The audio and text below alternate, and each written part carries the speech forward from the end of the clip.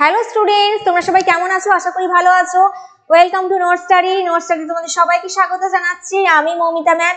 আমি প্রত্যেক দিনকার মতো আবার তোমাদের সাথে কিছু নতুন ইনফরমেশন তথ্য শেয়ার করতে চলে এসেছি। দেখো আজকে তোমাদের জন্য কি টপিক অপেক্ষা করছে। আজকে আমাদের যে আলোচ্য বিষয় সেটা হচ্ছে খুবই প্রচলিত একটা বিষয় বা জিনিস, যেটা হচ্ছে পেটিএম। ঠিক আছে, এই পেটিএম এর অ্যাকচুয়াল স্টোরি কি, the real story of Paytm. এই পেটিএম বলতে কি বোঝানো হয়? আমরা কিন্তু এই পেটিএম শব্দটার সাথে খুবই জড়িত রয়েছি, যেখানে আমরা প্রত্যেকটা যে কোনো ধরনের জিনিস কিনতে যাই, কি শপিং মলে হোক বা কোনো কিছু শপিং করতে গেলাম, কোনো কিছু জায়গায় পেমেন্ট করতে গেলাম, সেইখানে পেমেন্টের যে একটা অপশন, অর্থাৎ গুগল পে, ফোন পের সাথে পেটিএমটা কিন্তু জড়িত। কিন্তু আমাদের কাছে এখনই মোটামুটি ভাবে অর্থাৎ অনলাইন ক্যাশ পেমেন্টই বেশিরভাগ ক্ষেত্রে করা হয়ে থাকে, যেটা ডিরেক্ট ক্যাশ পেমেন্ট এখন বেশিরভাগটা করা হয় না। বেশিরভাগ সবাই অনলাইন ক্যাশ পেমেন্টই করে থাকে। সেই অনলাইন ক্যাশ পেমেন্টের একটা মেথড বলা যেতে পারে পেটিএম, বা এই পেমেন্টের মাধ্যমে, এবং গুগল পে, ফোন পে সেই রকমই কিন্তু এই পেটিএম, যেটা আমরা খুবই প্রচলিত এবং যেখানে প্রত্যেকটা দিনের সাথে আমাদের এই যে বিষয়টা কিন্তু খুবই রিলেট করা যেতে পারে। যে আজকে আমরা সেটাই জানবো, the real story of Paytm. মানে পেটিএম এর এইটা আবিষ্কার করেছে কে করেছেন, কত সালে হয়েছে, এর কিছু ইতিহাস আজকে আমরা জেনে নেব। ঠিক আছে, তো দেখো পেটিএমটা চালু কবে হয় বা প্রতিষ্ঠা কবে হয় আর কে প্রতিষ্ঠাতা। পেটিএম 2010 সালে বিজয় শেখর শর্মা কে প্রতিষ্ঠা করেন? উত্তর হবে Vijay Shekhar Sharma. Very very important question. এবং কত সালে হয় সেটা 2010 সালে কিন্তু 197 কমিউনিকেশনস এর অধীনে প্রতিষ্ঠা করেছিলেন। কার অধীনে প্রতিষ্ঠা করেছিলেন? 197 কমিউনিকেশনের মাধ্যমে পেটিএম প্রতিষ্ঠা করেন 2010 সালে। কে করেছিলেন? বিজয় শেখর শর্মা। কোম্পানি গ্রাহকদের মোবাইল পেমেন্ট পরিষেবা অফার করে, যেখানে এবং ব্যবসায়ীদের কাছে কিউআর কোড, যেটা হয় কিউআর কোড স্ক্যান করে আমরা পেমেন্ট করে থাকি, সেই QR code scan payment sound box এবং অ্যান্ড্রয়েড ভিত্তিক কিছু পেমেন্ট টার্মিনাল এবং অনলাইন পেমেন্ট গেটওয়ের মাধ্যমে পেমেন্ট পেতে সেটা সক্ষম করে, দ্যাট ইজ পেটিএম। অর্থাৎ পেটিএম যেটা কিছু কোম্পানি গ্রাহক রয়েছে, যারা কোম্পানি গ্রাহকদের কাছে মোবাইল পেমেন্ট পরিষেবা প্রদানের জন্য কিন্তু এই পরিষেবা চালু করে থাকে। কে? 197 কমিউনিকেশনের মাধ্যমে বিজয় শেখর শর্মা করেছিলেন। সেখানে এছাড়াও ব্যবসায়ীদের কাছে কিছু কিউআর কোড পেমেন্ট করা বা পেমেন্ট সাউন্ড বক্স বা অ্যান্ড্রয়েড ভিত্তিক পেমেন্ট টার্মিনাল ইত্যাদির জন্য কিন্তু এটা পেমেন্ট পেতে সক্ষম করে।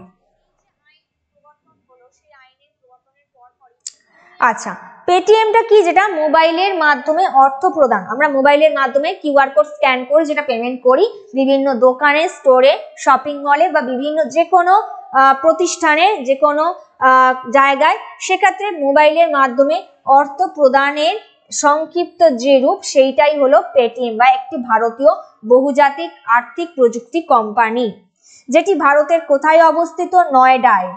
পেটিএম এর এটা কোথায় অবস্থিত দপ্তরটা? সেটা নয়ডায় অবস্থিত। ডিজিটাল পেমেন্ট এবং আর্থিক পরিষেবাগুলিতে বিশেষজ্ঞ। আচ্ছা, আগেও বললাম পেটিএম 2010 সালে প্রতিষ্ঠিত হয়।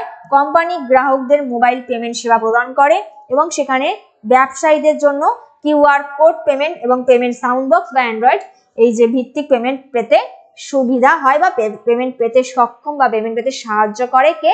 না, পেটিএম যে সংস্থা রয়েছে সেইটা। আচ্ছা, এটা নয়ডা বা দিল্লি এনসিআর বা 20 মিলিয়ন মার্কিন ডলারের একটা প্রাথমিক বিনিয়োগের সাথে আগস্ট 2010 সালে প্রতিষ্ঠিত হয়েছিল। 20 মিলিয়ন মার্কিন ডলারের প্রাথমিক একটা বিনিয়োগের সাথে কিন্তু এই পেটিএম এর প্রতিষ্ঠা অ্যাকচুয়াল। এটি একটা প্রিপেড মোবাইল এবং ডিটিএইচ রিচার্জ প্ল্যাটফর্ম হিসেবে শুরু হয়েছিল। যখন প্রথমে পেটিএমটা শুরু হয়েছিল সেটা শুধুমাত্র প্রিপেড মোবাইল এবং তার সাথে কিছু ডিটিএইচ রিচার্জ ব্যবহারের জন্য ডিটিএইচ রিচার্জ প্ল্যাটফর্ম হিসেবে প্রয়োগ শুরু হয়েছিল, এবং পরে সেটা 2013 সাল নাগাদ কিন্তু ডেবিট কার্ড, পোস্টপেড মোবাইল এবং ল্যান্ডলাইন বিল পেমেন্ট যোগে সেটা করা হয়েছিল। প্রথম দিকে যখন সেটা হয় শুধু প্রিপেড মোবাইল, তারপরে 2013 সালে যখন হয়েছিল পেটিএম, সেটা পরিবর্তিত হয় পোস্টপেড মোবাইলের জন্য এবং তার সাথে কিছু ল্যান্ডলাইন বিল পেমেন্ট যোগ করা হয়েছিল, আর ডেবিট কার্ডের ক্ষেত্রেও সেটা যোগ করা হয়েছিল।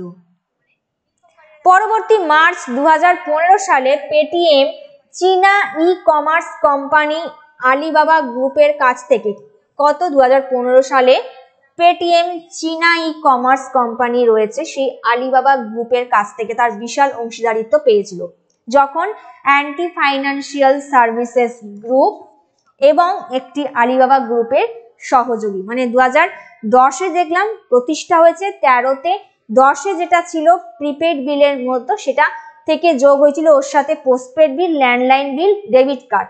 তারপর 2015-তে কি হয়েছিল, পেটিএম চীনা ই কমার্স যে কোম্পানি রয়েছে সেই কোম্পানির আলিবাবা গ্রুপের কাছ থেকে একটা বিশাল রকমের অংশীদারিত্ব পেয়েছিল, যখন অ্যান্টি ফাইন্যান্সিয়াল সার্ভিসেস গ্রুপ একটা আলিবাবা গ্রুপের সাথে সহযোগী এবং একটি কৌশলগত চুক্তির অংশ হিসেবে প্রায় পেটিএম এ 40% কত স্টক নিয়েছিল, কত পার্সেন্ট, 40% স্টক নিয়েছিল, এবং শীঘ্রই এটা রতন টাটার কাছ থেকে সমর্থনও পেয়েছে।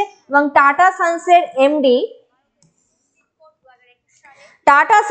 এমডি আগস্ট 2016-তে, কততে, আগস্ট 2016-তে পেটিএম মাউন্টেন ক্যাপিটাল থেকে তহবিল সংগ্রহ করেছে। এছাড়াও আরো একটা তথ্য যেটা রয়েছে জরুরি, 2016 সালে এটি চলচ্চিত্র, ইভেন্ট এবং বিনোদন পার্কের টিকিটিং এর পাশাপাশি ফ্লাইট টিকিটও বুকিং এবং পেটিএম কিউআর চালু করেছিল। তাহলে যখন 2016 সাল আসে তখন পেটিএম মাউন্টেন ক্যাপিটাল থেকে একটা তহবিল সংগ্রহ করে, তার পাশাপাশি কিছু ফ্লাইট বুকিং, ফ্লাইটের টিকিট বুকিং, হ্যাঁ, পার্কে চলচ্চিত্র ইভেন্টের টিকিট বুকিং, তারপর পেটিএম কিউআর চালু করেছিল 2016 সালে। সেই বছরের পরে একটা এটা আবার রেল বুকিং এর উপহারের কার্ডও চালু করে পেটিএম এ। পুরো পরে যখন ছিল প্রথমে ফ্লাইটের টিকিট বুকিং, চলচ্চিত্রের চলচ্চিত্র দেখার ইভেন্ট যে টিকিটিং হয় টিকিট বুকিং, সেটা বিনোদন পার্কের টিকিট বুকিং, তার সাথে 2016-তেই লাস্টে এটা রেল বুকিং এর টিকিটের সাথেও কিন্তু কার্ড চালু করে, রেল বুকিং এর এবং উপহার কার্ড চালু করে। আচ্ছা, এইবার পরবর্তী আসি, 2015 গেল, তারপর কি 2019 সালে কি হয়েছিল, মার্চ মাসে ফার্মটি পেটিএম ফার্স্ট নামে একটা সাবস্ক্রিপশন ভিত্তিক লয়াল প্রোগ্রাম চালু করে।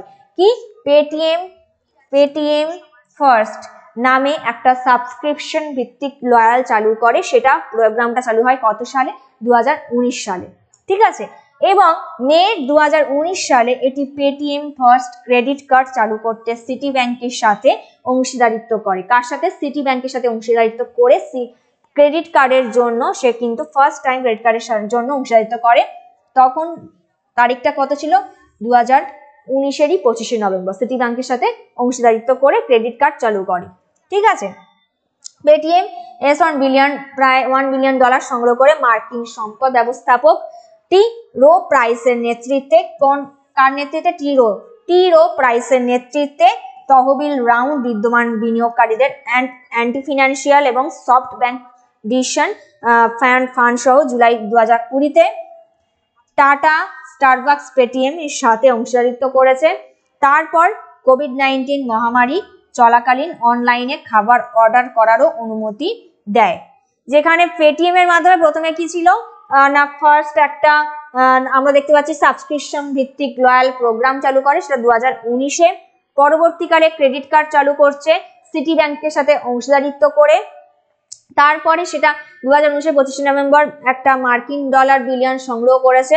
তারপরে একটা 2020-তে টাটা স্টারবাকসের সাথে অংশীদারিত্ব করেছে, যাতে তার গ্রাহকদের কোভিড-19 মহামারীতে চলাকালীন যখন মানে মানুষজন যাতায়াত করতে পারতো না বা কোনো রকম সম্পর্ক স্থাপন করতে পারতো না, তখন অনলাইন ফুড ডেলিভারির জন্য কিন্তু এই পেটিএম এর মাধ্যমে তুলে ধরা হয় বা অনুমতি দেয়, সেখানে পেটিএম এর মাধ্যমে অনলাইন ফুড ডেলিভারি করা হয়ে থাকে। আচ্ছা, জুলাই 2021, এইবার আমরা দেখছি 19-এর পরে 2021-এ যদি দেখি 197 কমিউনিকেশনস তার প্রাথমিক পাবলিক অফার, যেটা আইপিও চালু করার জন্য securities and exchange board of ইন্ডিয়ার কাছে একটা খসড়া রেড হেরিং প্রসপেক্টাস দাখিল করে। একটা প্রসপেক্টাস দাখিল করে এবং এটা 2021 সালে নভেম্বরে তার আইপিও চালু করে। আইপিও মিন্স যেটা আমরা বললাম প্রাথমিক কমিশন প্রাথমিক পাবলিক অফার, যেটা আইপিও, সেই securities and exchange board of ইন্ডিয়ার কাছে একটা খসড়া তৈরি করে, যেটা রেড হেরিং নাম আছে, রেড হেরিং প্রসপেক্টাস। এটি 2021 সালের নভেম্বরে 2021 সালেরই নভেম্বরে আইপিও চালু করে, যেটা ইউএসএস 20 বিলিয়নের কাছাকাছি মূল্যায়নে 18,300 কোটি টাকা উত্থাপন করে। কত? 18,300 কোটি টাকা উত্থাপন করে। ঠিক আছে, এটি ছিল কিন্তু ভারতের সর্ববৃহৎ আইপিও। ভারতের সর্ববৃহৎ আইপিও বলতে সেটা 2021 সালের নভেম্বরে হয়েছিল, আইপিও চালু করেছিল যেটা ইউএসএস 20 বিলিয়নের মূল্যায়নে 18,300 কোটি টাকা। এবং এই শেয়ারগুলি 18ই নভেম্বর 2021-এ আবেদন লেনদেন শুরু করে এনএসসি-তে ₹1,950 খেলা আইপিও প্রাইস রেঞ্জের উপর। সেখানে বিভিন্ন জায়গায় কিন্তু এটা আইপিওর ইতিহাসে একটা তালিকার দিন বা আইপিও কিভাবে চালু করে পেটিএম এর মধ্য দিয়ে, সেইটা এখানে কিন্তু আলোচনা করা হয়েছে। তার বিভিন্ন সালের বেসিসে আমরা যদি শুরু করি 2010 থেকে 2021 সালের ভিত্তিতে পেটিএম ধীরে ধীরে কার সাথে অংশীদারিত্ব করেছে, কার সাথে কিভাবে যুক্ত হয়ে বিভিন্ন তার যে ব্রাঞ্চ বা তার যে অ্যাডভান্টেজ, তার যে অপরচুনিটিস গুলোকে ধীরে ধীরে সে বৃদ্ধি করতে পেরেছে, এবং তার ইতিহাস 2010 সাল থেকে যখন প্রতিষ্ঠাকাল থেকে ধীরে ধীরে তার যে ইতিহাস সেইটাই আমি আলোচনা করলাম। আশা করি তোমাদের ভালো লাগলো, এবং এই রকমই আরো কিছু গুরুত্বপূর্ণ তথ্য পেতে তোমরা কিন্তু অবশ্যই দেখতে থাকো আমাদের নোট স্টাডি চ্যানেলে এবং ফলো করতে থাকো। আজকের মতো এইটুকু, ততক্ষণ পর্যন্ত ভালো করে প্র্যাকটিস করো, ভালো করে পড়াশোনা করতে থাকো এবং দেখতে থাকো আমাদের অবশ্যই চ্যানেলকে। All the best, have a nice day.